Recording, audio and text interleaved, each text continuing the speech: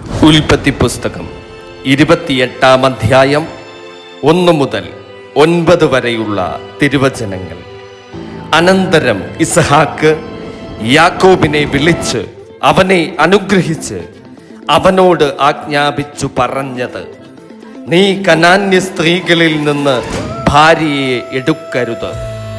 പുറപ്പെട്ട് പദ്ദൻ അരാമിൽ നിന്റെ അമ്മയുടെ അപ്പനായ ബഥുവേലിന്റെ വീട്ടിൽ ചെന്ന് നിന്റെ അമ്മയുടെ സഹോദരനായ ലാബാന്റെ പുത്രിമാരിൽ നിന്ന് നിനക്ക് ഒരു ഭാര്യയെ എടുക്കുക.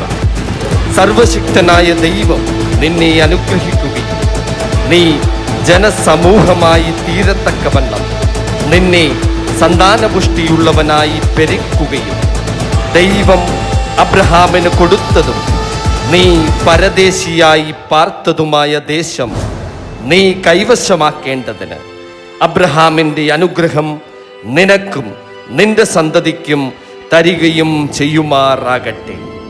അങ്ങനെ ഇസ്ഹാക്ക് യാക്കോബിനെ പറഞ്ഞയച്ചു.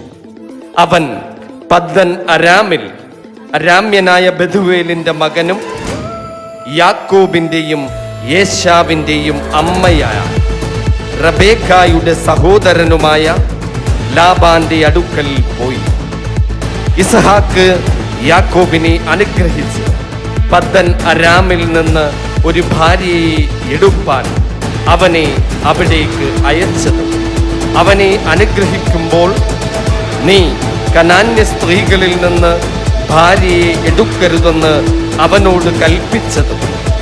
യാക്കോബ് അപ്പനെയും അമ്മയെയും അനുസരിച്ച് പദ്ദൻ അരാമിലേക്ക് പോയതും യേശാവ് അറിഞ്ഞപ്പോൾ കനാന്യ സ്ത്രീകളിൽ തൻ്റെ അപ്പനായ ഇസ്ഹാക്കിന് ഇഷ്ടമുള്ളവരല്ല എന്ന് കണ്ട് യേശാവ് ഇസ്മായേലിൻ്റെ അടുക്കൽ ചെന്ന് തനിക്കുള്ള ഭാര്യമാരെ കൂടാതെ അബ്രഹാമിൻ്റെ മകനായ ഇസ്മായേലിൻ്റെ മകളും നെബായോത്തിൻ്റെ സഹോദരിയുമായ മഹലത്തിനെയും വിവാഹം കഴിച്ചു.